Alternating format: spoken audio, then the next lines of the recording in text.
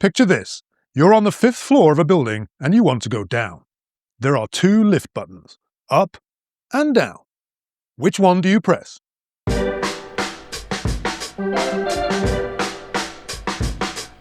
I want to be absolutely clear before we start. I love living in Slovakia. I want to be here. I chose to be here. I have no intention of leaving. After nearly 3 decades, this place is home. But there are some things, small things, strange things, sometimes deeply unsettling things, that after those 27 years I still can't get used to.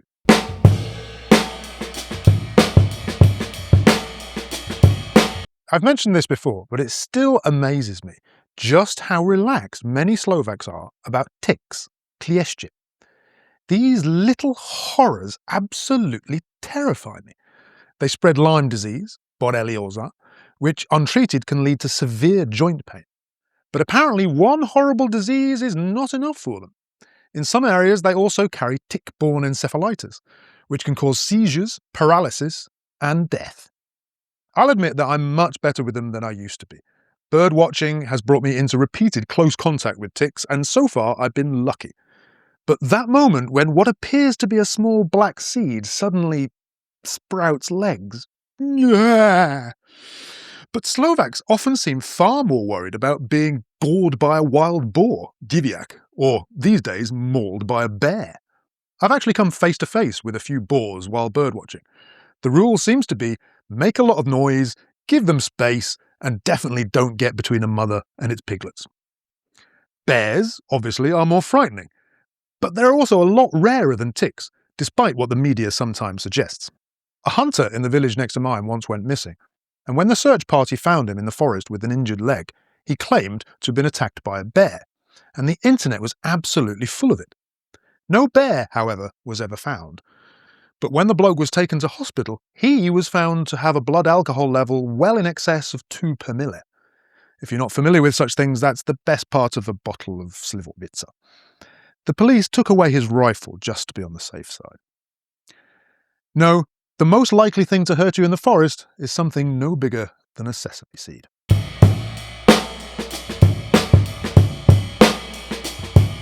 Continuing on the theme of illness and injury, we have the Slovaks' greatest enemy. Yes, the flow of air between an open window and an open door. The tichý zabijak, the prievan, the draft.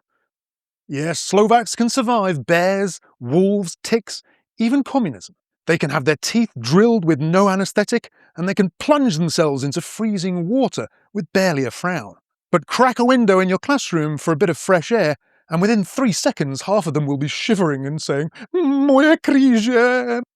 Now, it's quite possible that British people are at the other extreme.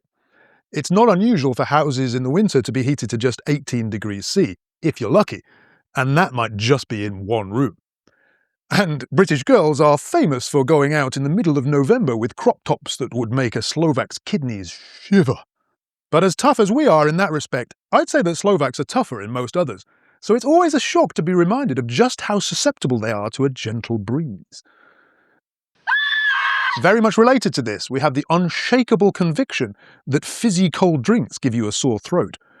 But before I upset half of the country, I'll save that for a future episode.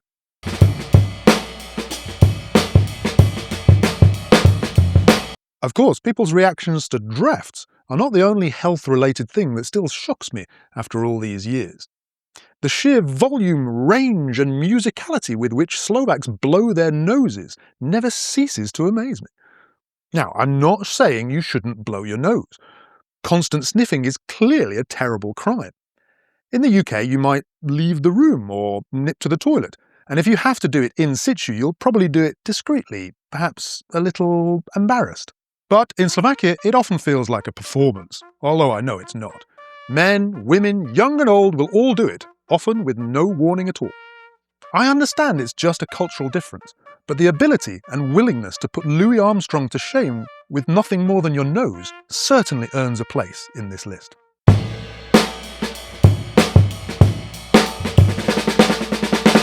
Just before we leave the realm of health, hygiene and mild personal trauma, there is one more minor thing that is probably just an issue for me. I've spoken before about how Slovaks almost always take their shoes off before they go into their homes, or indeed anyone else's. And I have absolutely no problem with this whatsoever. Indeed, this is the way. A corollary of this is that kids need to have a pair of inside shoes for school in the winter, which they change into when they arrive. Also, very sensible. I'm sure it cuts down enormously on the cleaning bills. But when this is extended to other public places, and I'm thinking particularly of dentists here, I start to have a little bit of a problem. You see, amongst my many other quirks, I'm a bit of a germaphobe, and I don't really like touching my shoes. In fact, apart from when I'm birdwatching, I always wear slip-on shoes for this very reason. Touching shoes generally leads to hand washing or extreme anxiety.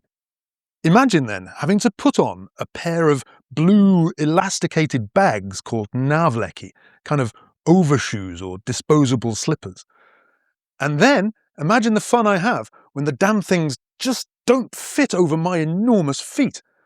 And then try to imagine the frustration and eventual tears when they rip and I have to start all over again.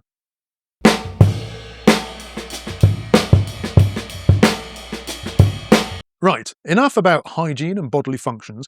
Let's talk about something that just genuinely baffles me. Remember the lift question from the beginning? You're on the 5th floor of a 7-story building. You want to go down and go home.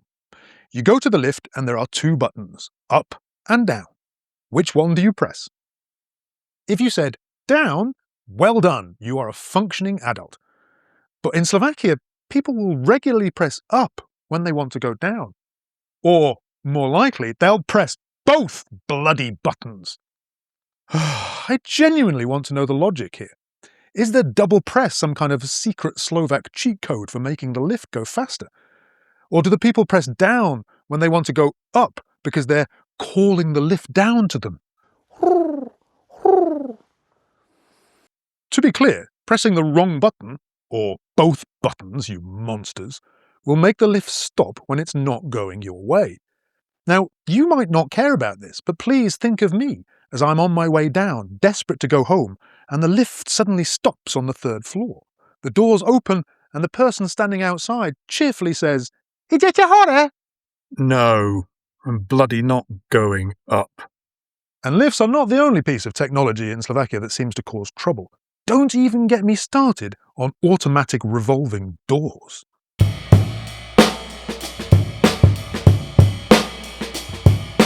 Okay, a couple of quick ones about food and drink. First up, tea. I just can't get it into my head that when I say tea, Slovak people are generally not picturing the same drink as me. In the UK, tea almost certainly means black tea with milk.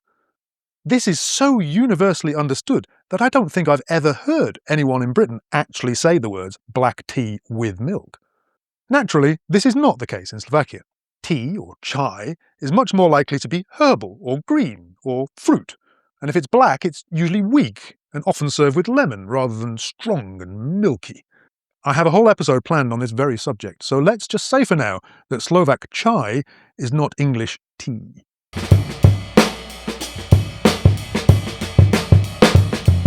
If there are 2 foods which are closest to a Slovak's heart, they surely must be the wafer biscuit horálky and cabbage soup, or Kapustnica, which is strongly but not exclusively associated with Christmas. And I used to have quite an issue with both. But after many years I grew to love horálky, especially from the freezer. Though I've been told in the comments they're not what they used to be, I have to say they're really quite nice. Unfortunately, I can't say that Kapustnica has grown on me in quite the same way. Look, I know that you love it. I know that every family has its own recipe and insists that theirs is the correct one. Mushrooms, no mushrooms, sausage, no sausage. You've just not had the right Kapustnica, James, they'll say. But the one thing that all Kapustnicas have in common is that they are, without exception, horribly sour. It's just not Kapustnica if it doesn't have a healthy dose of juice from the pickled cabbage. And for me, there is something uniquely off-putting about body temperature sour liquid. Something gastric.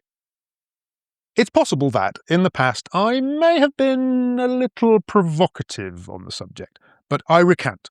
I want you all to enjoy Kapustnica till it comes out of your ears.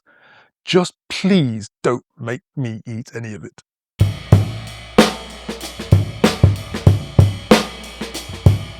I remember when I first came to Slovakia and people back home would ask me things like, isn't there a war over there?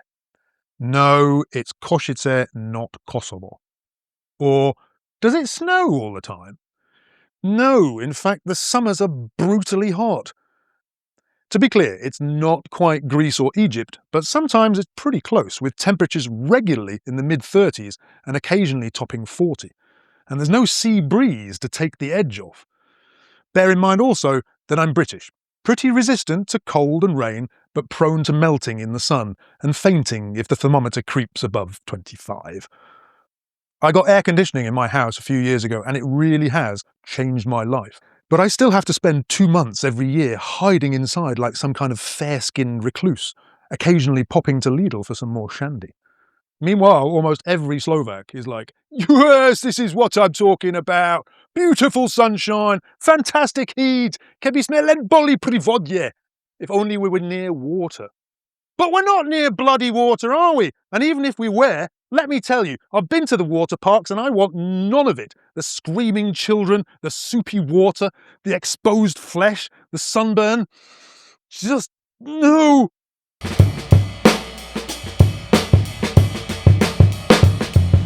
It seems fitting to end this list with my own linguistic incompetence. Clearly, there's enough of that to fill multiple podcasts, but there's one quite basic thing that I just can't seem to get straight. Like many other languages, but not English, Slovak has 2 ways to say you, informal ti and formal vi, and I often have a problem using the right form, especially when under pressure. Sometimes I'll just vikať everyone, which is weird but reasonably safe. Worse is when I do the opposite. The other day I was rushing to get to a dentist appointment. Now parking is always a problem in Košice, and the car park was absolutely chock-a-block.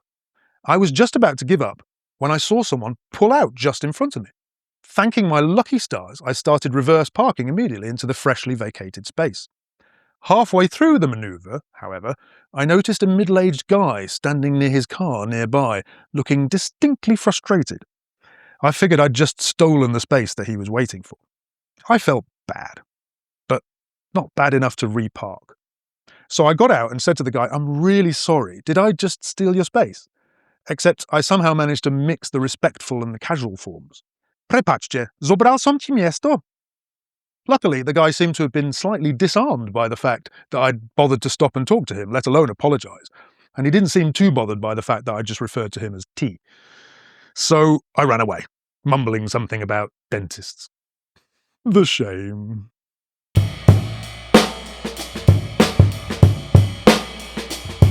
So there we are, 9 things about Slovakia that, after all this time, still catch me off guard. Tics, drafts, nose-blowing, Návleky, lifts, tea, Kapustnica, 40-degree summers, and my own spectacular failure to address a stranger politely while stealing his parking space. To be clear, none of these things are going to drive me away. Some of them are even slightly charming in their own way. But not the lifts.